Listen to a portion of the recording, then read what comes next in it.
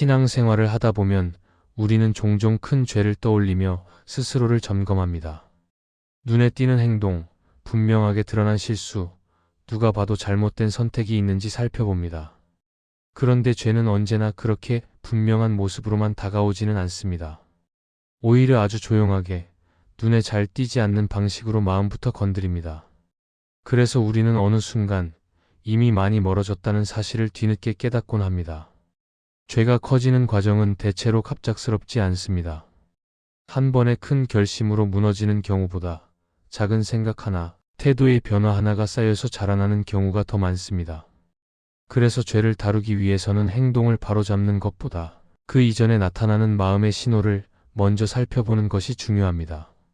그 신호들은 겉으로 보면 대수롭지 않아 보이지만 그대로 두면 신앙의 방향을 조금씩 틀어놓습니다. 오늘은 죄가 분명한 모습으로 드러나기 전에 이미 마음과 태도에서 먼저 나타나는 신호들에 대해 함께 생각해 보려고 합니다.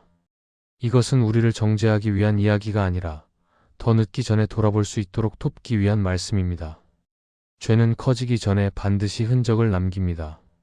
그 흔적을 알아차릴 수 있다면 우리는 무너진 자리에서 회복을 시작하는 것이 아니라 무너지기 전에 멈출 수 있습니다. 첫째, 죄를 죄로 부르기보다 상황으로 설명합니다. 죄가 커지기 전에 가장 먼저 나타나는 변화는 죄에 대한 우리의 언어가 바뀌는 것입니다. 예전에는 분명하게 죄라고 느껴졌던 일이 어느 순간부터는 상황이라는 말로 설명되기 시작합니다. 죄를 부정하는 것은 아니라고 스스로 말하지만 죄라는 단어를 직접 사용하지 않고 다른 표현으로 바꾸어 말하게 됩니다. 어쩔 수 없었다. 다들 그렇게 한다. 지금 상황이 이러니 이해할 수 있다. 같은 말들이 마음속에서 자연스럽게 떠오릅니다. 이때부터 죄는 마음에서 조금씩 힘을 잃고 경계선은 흐려지기 시작합니다. 처음에는 아주 작은 설명으로 시작됩니다. 이것 하나쯤은 괜찮지 않을까? 지금은 특별한 상황이니까, 나도 힘들었으니까 라는 생각이 마음을 스쳐 지나갑니다. 그 순간에는 크게 문제처럼 느껴지지 않습니다. 하지만 이런 설명이 반복되면 죄는 더 이상 죄로 다가오지 않고 그저 피할 수 없는 선택처럼 느껴집니다. 우리는 죄를 지었다기보다 상황에 밀렸다고 말하고 잘못했다기보다 어쩔 수 없었다고 스스로를 위로합니다. 죄를 상황으로 설명하기 시작하면 회개는 점점 어려워집니다. 죄로 인정하지 않는데 어떻게 돌이킬 수 있겠습니까? 마음속에서는 여전히 하나님을 믿고 있다고 말하지만 죄 앞에서는 점점 나 자신을 보호하는 쪽으로 기울게 됩니다. 하나님 앞에서 솔직해지기보다 스스로를 납득시키는 데 더 많은 에너지를 쓰게 됩니다. 그 과정에서 양심의 소리는 작아지고 논리는 점점 더 정교해집니다. 문제는 이런 태도가 매우 현실적이고 합리적으로 보인다는 데 있습니다. 상황을 고려하는 것은 필요합니다. 그러나 죄를 상황으로만 설명하기 시작하면 우리는 죄의 본질을 보지 못하게 됩니다. 죄는 언제나 상황보다 마음에서 시작되는데 우리는 외부 환경을 이유로 들며 책임을 옮겨 놓습니다. 그 결과 마음은 점점 무뎌지고 이전에는 느꼈던 불편함도 사라집니다. 하나님 앞에서 회복은 언제나 정직한 고백에서 시작됩니다. 죄를 죄로 부르지 못하면 용서도 은혜도 경험하기 어렵습니다. 하나님은 우리가 완벽해서 가까이 가는 분이 아니라 솔직해서 가까이 가는 분입니다.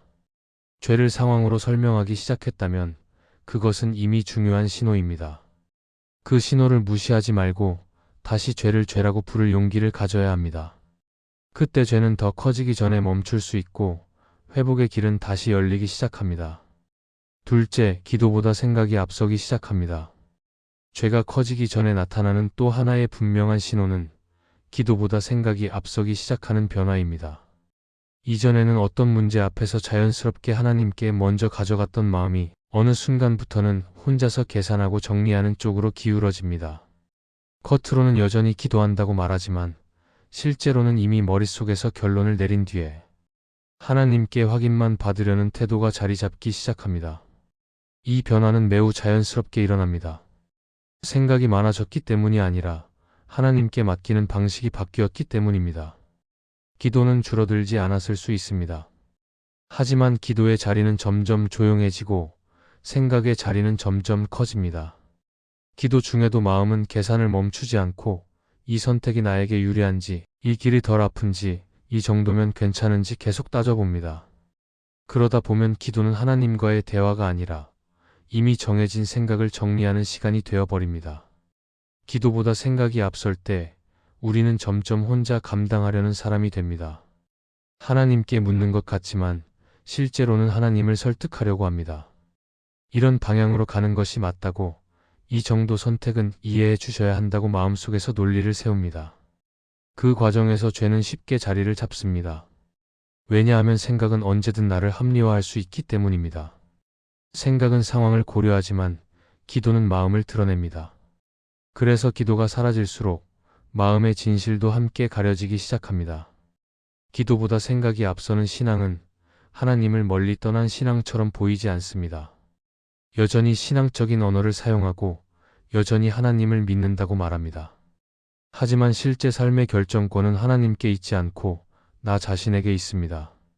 그 상태가 오래 지속되면 하나님 앞에서 죄를 다루기보다 생각으로 죄를 관리하려고 하게 됩니다. 얼마나 선을 넘지 않았는지, 얼마나 들키지 않았는지, 얼마나 피해를 줄였는지를 기준으로 삼게 됩니다.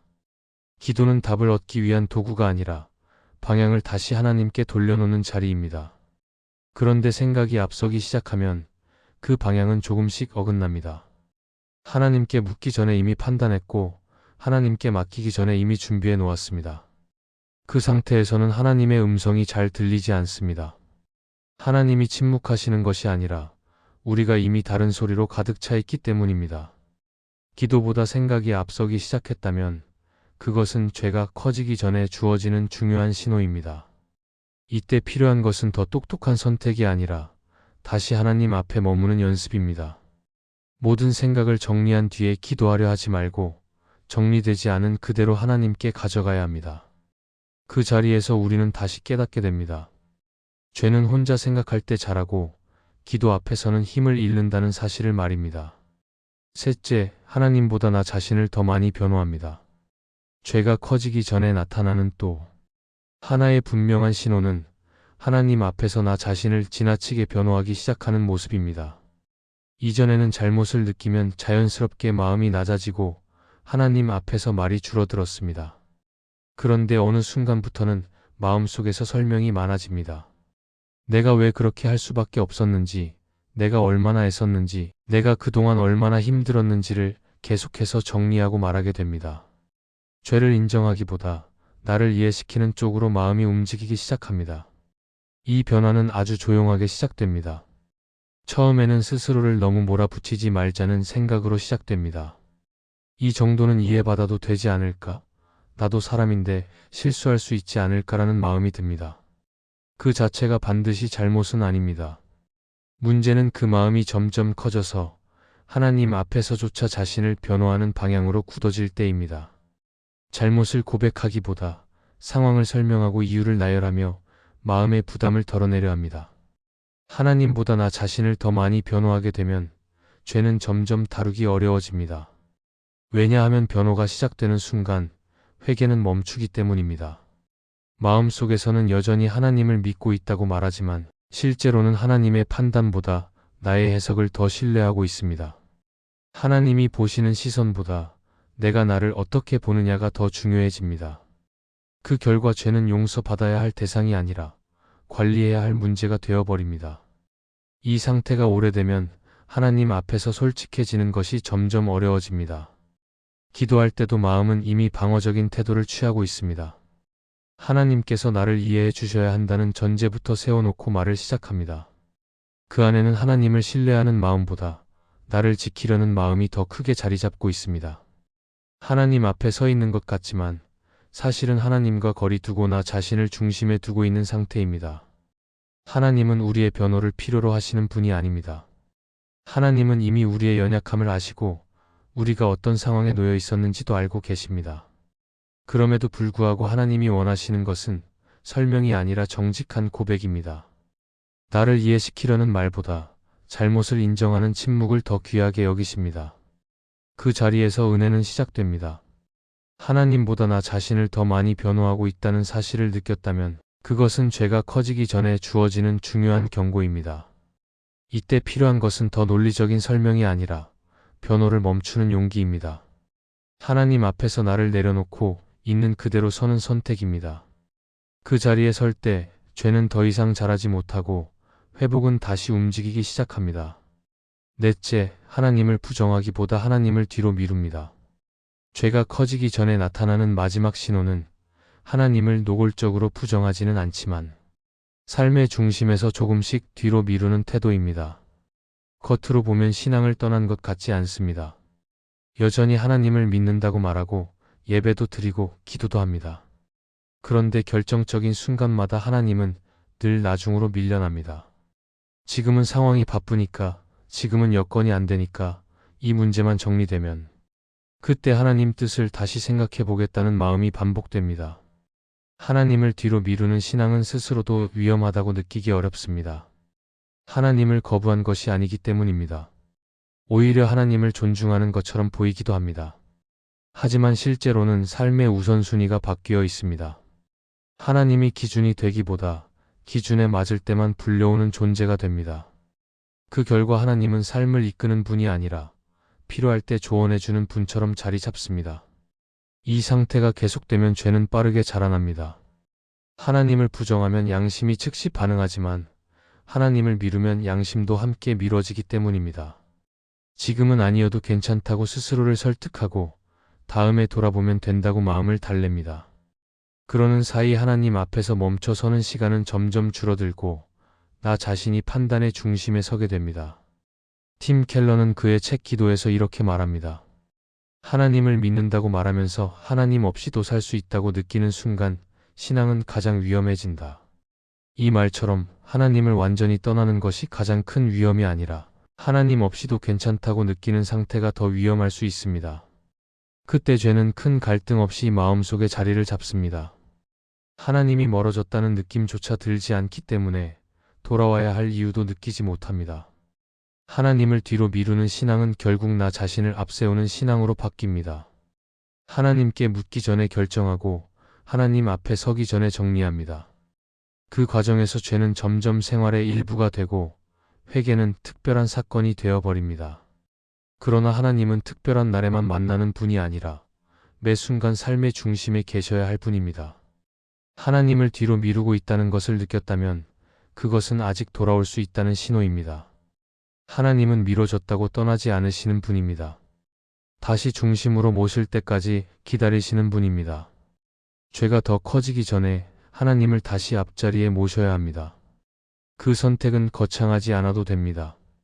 오늘의 결정 앞에서 지금 이 순간에 하나님을 먼저 생각하는 작은 순종이면 충분합니다. 그 자리에서 죄는 힘을 잃고 신앙은 다시 제자리를 찾기 시작합니다. 이 말씀이 마음의 은혜가 되셨다면 좋아요와 구독으로 함께 해주세요. 그리고 댓글에 아멘이라고 남겨주시면 하나님의 은혜가 더 많은 사람들에게 전해질 것입니다. 여러분의 삶 위에 하나님의 은혜가 언제나 함께 하시기를 바랍니다.